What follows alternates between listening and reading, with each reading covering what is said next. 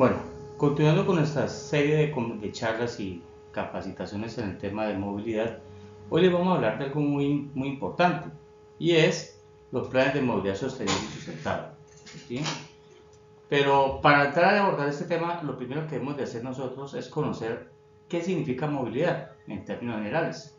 Entonces, la movilidad es el conjunto de atributos y de habilidades que se relacionan, condicionan y definen el desplazamiento de personas y cosas, tanto de manera individual como de manera colectiva o agregada, que son realizados para satisfacer necesidades y deseos bajo un marco socioespacial, ambiental, económico y cultural que resultan de la interacción con el territorio donde ocurren o se materializan dichos desplazamientos.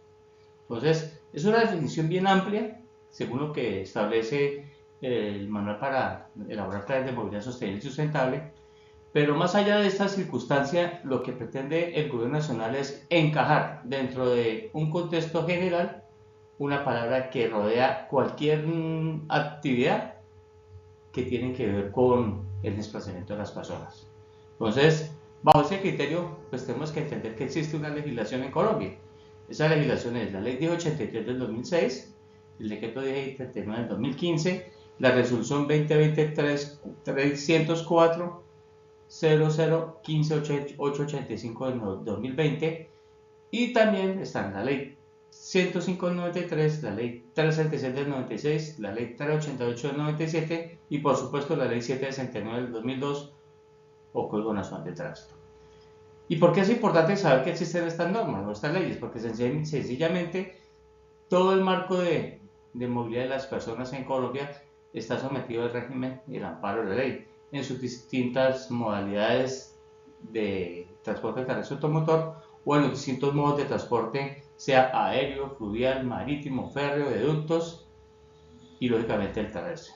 Por ello es importante entender que la movilidad, como el conjunto de desplazamiento que ya hemos denominado, tiene un objetivo primordial. Y para el caso de los planes de movilidad sostenible y sustentable, aparte de proteger el medio ambiente, tiene como objetivo reducir las muertes y lesiones causadas por accidentes de tránsito y siniestros viales en el municipio, cualquiera que sea de primer nivel, de segunda, o de primera categoría, segunda categoría, tercera, cuarta, quinta, sexta, la categoría que corresponda, ¿sí? Y se debe fijar una fecha, un tiempo para ello. Entonces ponemos aquí un caso, aquí está el municipio de Casillas. En el año 2021 tuvo 12 personas fallecidas en accidentes de tránsito y siniestros viales, y en el 2022 21 personas fallecidas. Tuvo un incremento altísimo en ese periodo de tiempo.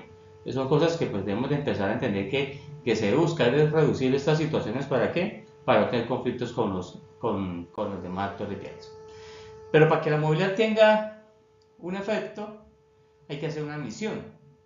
¿Y qué es la misión? Lo que esperamos hacer de manera corta, mediana y a largo plazo, ¿sí? Para que logremos un resultado. Entonces aquí, por ejemplo, tenemos la formulación de una misión que es promover una cultura de movilidad segura, competitiva y amigable con el medio ambiente, en articulación ¿con quién? Con la ciudadanía, con la sensibilización, con la educación, con el apoyo de todas las entidades públicas y privadas, con el desarrollo interinstitucional, que haya una integración y un desarrollo que permita un control operativo, que se cuente con una infraestructura vial adecuada y se dé siempre operación a los modos de desplazamiento limpios, alternativos y sostenibles, ¿sí? Para que haya una garantía del servicio, una protección y seguridad a la integridad física y a la vida. O sea, son muchos los componentes que hacen parte del ejercicio de la movilidad, y por eso es importante dejarlos como establecidos en este parámetro. También debemos de entender que esa movilidad debe tener unos resultados a largo plazo, ¿sí? Entonces, si estamos hablando de que se busca reducir la accidentalidad vial, pues a qué término vamos a hacer esa reducción y lograr cumplir con las metas de los objetivos de desarrollo sostenible que establecen Naciones Unidas, donde Colombia se comprometió a reducir en un 50% ese tipo de muertes, como establece la OMS también en ese ejercicio. Entonces, una visión puede ser que el municipio al año 2035, por ejemplo, si el plan de movilidad arranca ahorita, tiene 12 años, es decir, 3 periodos de gobierno para que pueda ejecutar ese plan. Entonces, para que el año 2035 la ciudad o el municipio donde estemos planteando estas alternativas tenga una movilidad segura, competitiva y amigable con el medio ambiente. Debe tener una política pública que priorice los programas de seguridad vial, favoreciendo únicamente al peatón, al ciclista y al motociclista, que son los tres actores viales más vulnerables de la movilidad y del tránsito local, ¿sí? También debe tener una actuación responsable por parte de ellos hacia las entidades públicas, hacia la misma corresponsabilidad que se requiere, ¿sí? Y también se proyecte una infraestructura vial que no sea solamente para los vehículos, sino que tenga en cuenta andenes, ciclorrutas, plazoletas, espacios públicos que nos permitan a todos aprovechar de un ambiente sano, limpio y protegido con árboles como indican las normas ambientales correspondientes. ¿Todo esto para qué? Para poder prevenir la vida. Entonces, los planes de movilidad sostenible y sustentable tienen varias etapas. Vamos a ver cómo son el ciclo de etapas. Una etapa diagnóstica donde se puede generar una dinámica de indicadores y patrones de movilidad de las personas y de la carga en la parte urbana y en lo rural para saber cuál es la dimensión que se debe trabajar hacia el futuro. Y una etapa de formulación que una vez definida el diagnóstico, sencillamente se trata de que toda adopción de la norma para que todo se pueda establecer bajo metas, programas y proyectos cómo se debe de ejecutar las acciones para diezmar los resultados que se encontraban en el diagnóstico. Y una etapa de adopción, el cual el alcalde, con sus secretarios de despacho y con el organismo de tránsito, se encargan de presentarle a la comunidad cómo se va a desarrollar esos planes, programas y proyectos que establecen la formulación de acuerdo a lo que presentó el diagnóstico. Una vez adoptado el plan de movilidad, sencillamente se debe presentar 6 reformas en la parte de infraestructura al Honorable Consejo para que el Consejo haga lo pertinente y lo incorpore en a su plan de ordenamiento territorial, a su plan básico de ordenamiento territorial o a su esquema de ordenamiento territorial. Se debe hacer una evaluación y seguimiento durante todo el periodo para saber qué ajustes hay que hacer, qué mejoras se pueden desarrollar y qué logros se pueden trabajar. Y también, paralelo a ello, pues se va a la etapa de ejecución. Es donde se van a definir en las 8 acciones que se deben de trabajar cuáles son los recursos que se van a invertir, con qué prioridad, en un plan de trabajo, en un programa de actividades que se debe cumplir. Entonces, los planes de ordenamiento territorial deben de estar articulados. ¿Articulados con quiénes? Primero que nada, con objetivos de desarrollo sostenible a nivel mundial. Segundo, con la normativa nacional y si son muchos recursos que requieren para implementarla, lograr que el gobierno nacional le asigne un documento COMPES. Para ello eso tiene que ir al plan de desarrollo nacional, ¿sí? Y también debe ir articulado con el plan de desarrollo municipal, con el plan básico, con el plan de ordenamiento, con el esquema de ordenamiento territorial y con la normativa vigente. Es decir, esto no es una rueda suelta, amigos, esto es una condición que integra desde el peatón hasta el control de un vehículo más grande. Y a nivel estructural, desde el alcalde hasta la señora del aseo, si hablamos de jerarquías. Este proceso tiene unas líneas y un tiempo de ejecución, ¿sí? Entonces, inicialmente, si el plan se desarrolla su primera línea, que es el diagnóstico, se hace en un tiempo. A los 6-8 meses ya tenido ese diagnóstico, se debe empezar el proceso de formulación.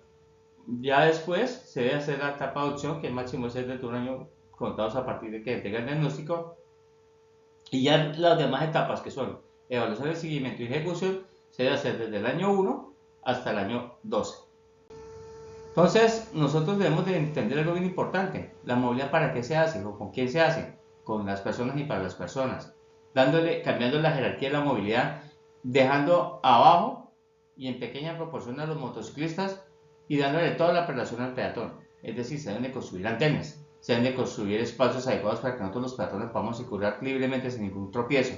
Luego se le da prelación a los ciclistas, al transporte público. Por eso es importante que se empiecen a organizar las empresas que cumplan su plan estratégico de seguridad vial. ¿Para qué? Para poder cumplir esa meta o ese programa misional que tienen las empresas de transporte, que es prestar un servicio de garantía, calidad y servicio con cobertura, como lo establece la ley 105 del 93 y la ley 367 del 96. luego el transporte de carga y por último el espacio para vehículos particulares y motos, tal y como lo muestra aquí la pirámide invertida de la movilidad. Entonces, nosotros debemos de pensar en un desarrollo y un desarrollo que cómo se debe manejar, sencillamente a través de unas áreas de acción. ¿Y cuáles son esas áreas de acción que establecen las normas hoy en día? La primera, gobernanza. O sea, el Estado debe garantizar todo este proceso cumpliendo con sus parámetros y normas que ellos mismos definen. La segunda, hacer que los municipios y las ciudades se conviertan en ciudades seguras, competitivas y conectadas en su área de movilidad. La tercera, se debe fomentar a través de la comunicación pública todas las acciones que se van a implementar en el plan de movilidad. La cuarta, se debe establecer unas líneas claras sobre el comportamiento seguro de los actores viales. La quinta, se debe contar con una infraestructura que permita garantizar los cuatro anteriores. La sexta, hacer que el conocimiento sea de todos. Hay una gestión importante para que ese proceso logre lo que todos deseamos. La séptima, que ya tiene que ver con vehículos seguros, pues que se cumplan con los elementos que establece el Código Nacional de Tránsito y sus normas reglamentarias. Y por último, si logramos cumplir estas 7 metas, o estas 7 acciones, perdón, vamos con una octava, que es lograr que se reduzcan los accidentes y siniestros viales. Pero en el evento de presentarse, que se le garantice una atención integral a las víctimas de los accidentes de tránsito y siniestros viales, como son los lesionados, los familiares de las víctimas, fatales, en fin, todos los que hacen parte de este grupo. Así que si ustedes quieren conocer más del tema, síguenos en nuestra página de Fitstuvial, www.fitstuvial.com y en nuestro canal de YouTube. Muchas gracias.